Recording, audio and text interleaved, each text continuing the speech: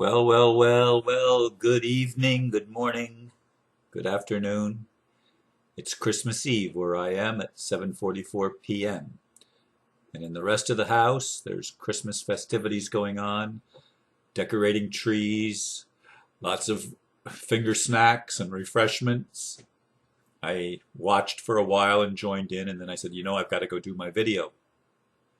So hopefully they will stay in that end of the house in the living room, which is usually off limits, but that's where the Christmas tree is. And the Christmas stockings are hung by the chimney with care in hopes that St. Nicholas will never be there. No, I'm kidding. There actually is a mantle, a wooden mantle above the fireplace in the living room, and they have Christmas stockings hung there for the first time in my family's history, that there was actually a way to hang Christmas stockings by the fireplace, by the chimney.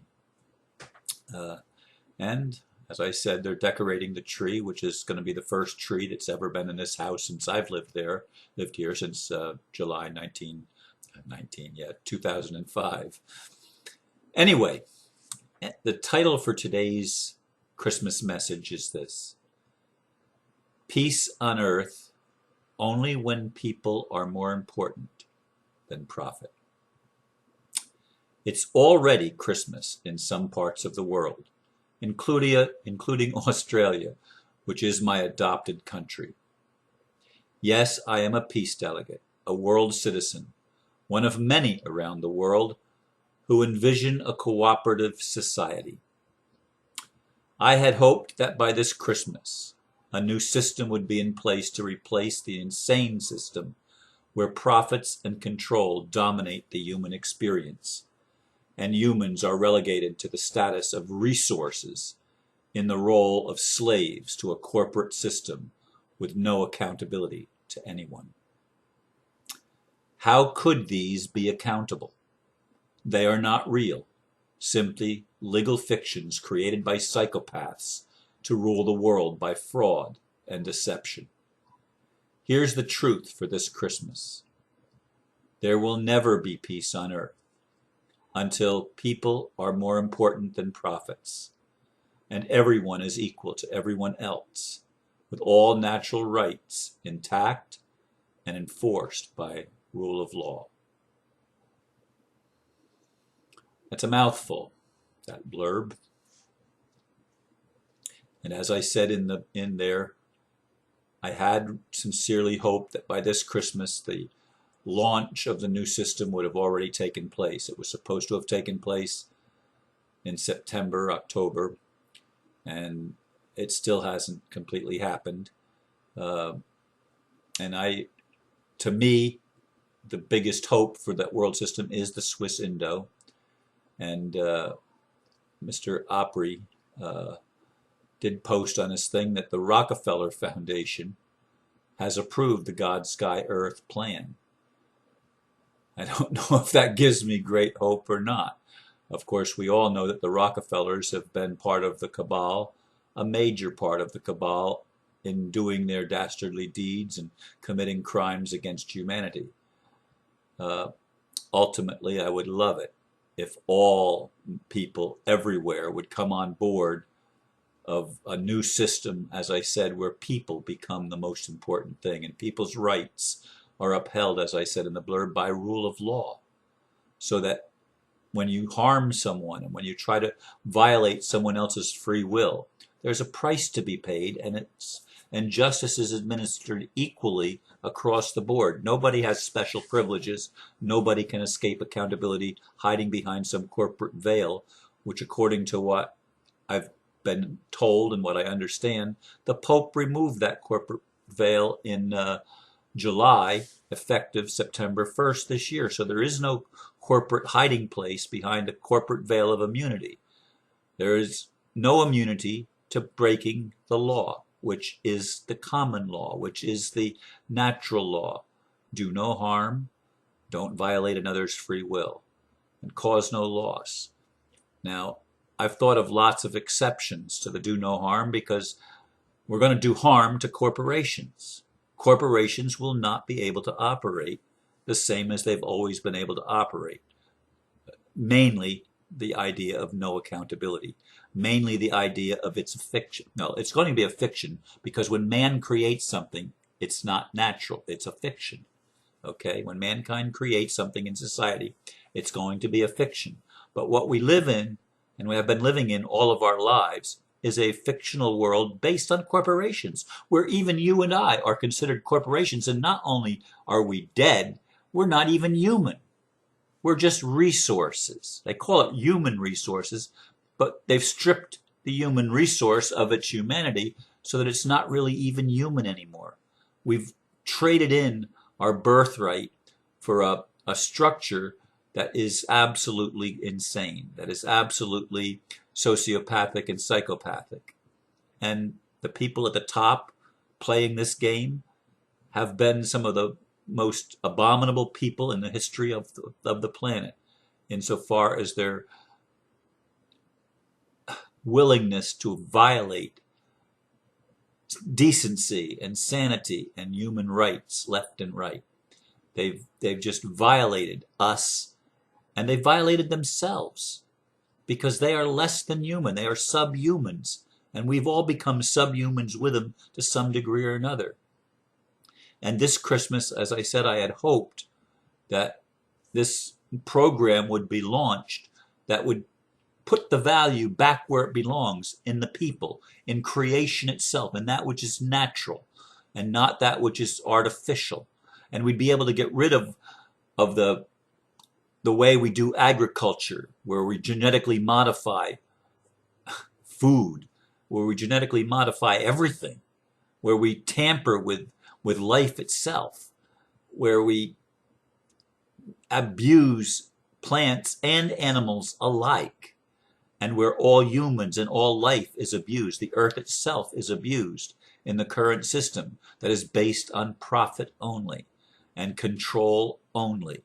These are the things that have driven the culture and the leaders of our culture. It's all about taking control of all the resources and not letting people enjoy the freedom to be and to live and to do. That's peace on earth.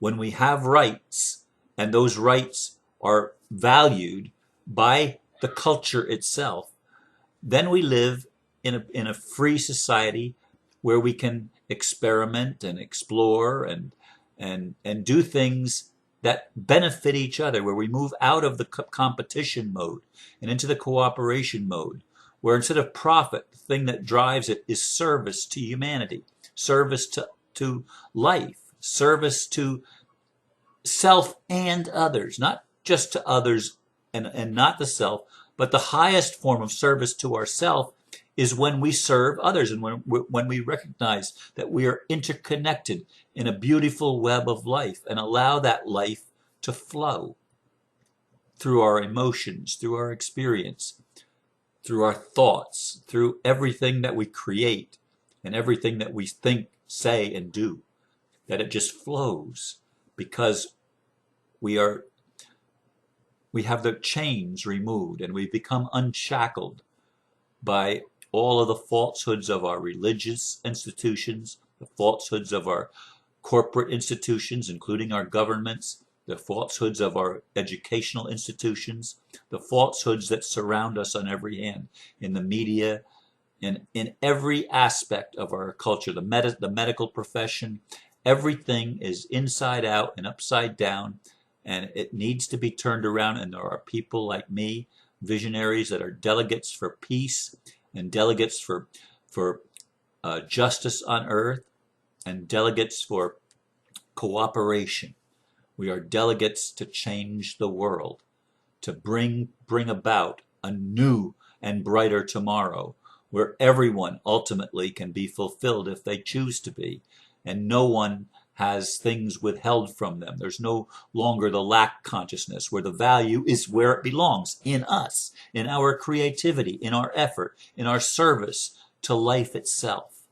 That's where the value has always been, but it's been distorted so that we didn't recognize there. It's been artificially created to mean how much money do you have in the bank? Well, when we all have millions of dollars in the bank and money becomes no object, it won't be too many generations downstream that we will realize we don't need money at all, that we can have a beautiful society without the imprisonment, especially of debt.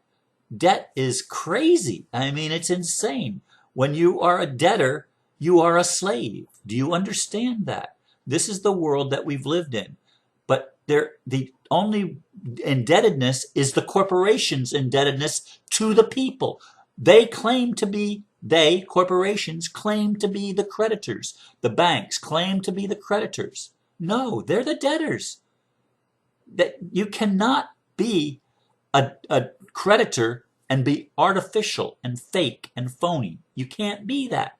Only something real can be a creditor, because only something real has value. An artificial construct can never have true value. It's a fiction. It's a legal fiction, and it's a deception. And it's a deception that we've all been bound by and enslaved by. This is the year that I had hoped that we would be set free. The year's not over yet. The Federal Reserve, their 100-year term is over as of yesterday. It's over as of the 23rd. It is over. It was only for a charter for 100 years. That 100 years is up. And with it would go the IRS. And with it, the Federal Reserve. And when that drops, so does the Bank of England. So does all the other national banks and the world banks and the International Monetary Fund. And all of these things that have enslaved humanity from the beginning of time, but especially in the last century or two or three. Then it's been real and a growing, escalating slavery system where there's been less and less freedom with the appearance of more and more freedom, because they create such an illusion that we actually have choices where they aren't real choices. Not in our voting, not in our food, not anything. We need to clean up our act as human beings. And I pray and I trust that more and more of you will get on board with living peaceably with each other. And that means, among other things, letting people have their process, letting people go through the things that they need to go through, and being compassionate and loving in that respect. Don't try to lay your enlightenment, if you think that that's what you have, on someone else, or your dogma or your doctrine or your belief system or your eating habits. Don't lay them on anybody else. Let people be free. But by the same token, let's live under the rule of law and in a system of cooperation. Let's create it together. We are the ones that will liberate humanity. We are the Christ within us that needs to be activated, and we need to recognize that we are each sons and daughters of the living God, of the Creator that made us all and gave us all free will. And we are in a free will zone, even though it doesn't seem so very free, because it's been co-opted by these psychopathic demons that are subhuman. But may they all be healed too. May Lucifer even come home and be forgiven. And I liked who was it? Was it Jagamara that said that? That Lucifer has to be, who was it? I think it might have been Jagamara, but I'm not positive. That Lucifer needs to be redeemed as well, but he can't be fully redeemed until he liberates all of the people that have been enslaved by him. Now that's an idea that probably most of you as Christians and most of you in religions have not been, cognizant of. You've not been aware of that possibility, that even Lucifer would be redeemed. Well, maybe he will. Maybe the whole system is going to be redeemed. Maybe the Illuminati are going to be redeemed too. Redeemed means bought back. The debt is paid. The debt is a moral debt. And in that sense, we are debtors because we were ignorant. But that debt has been paid. It's been paid over and over again by the blood, sweat, and tears of humanity and the Christ that was in each of us, that was crucified over and over and over again. This is just a picture of what religion has given us, but it's a picture of an archetypal reality. We've been crucified again and again and again. But now on Christmas, we can be born and have that new child raise up and start 2014, the new year, with a newness of life. and a newness of hope and a newness of awareness that we are interconnected and that our goal, our purpose is to live in harmony with each other and to serve one another, not to serve profit, not to serve corporations and dead things, but to serve the living life within all beings and all creatures. And when we can heal ourselves and start using our creativity to bring out the inventions that have been repressed by the oil industries and by the pharmaceutical industries and by other industries that were only interested in profit and greed and control. It's a new day dawning. I wish you a Merry Christmas, and I wish that you will find peace and help us all achieve peace on earth. Thank you for listening. Namaste.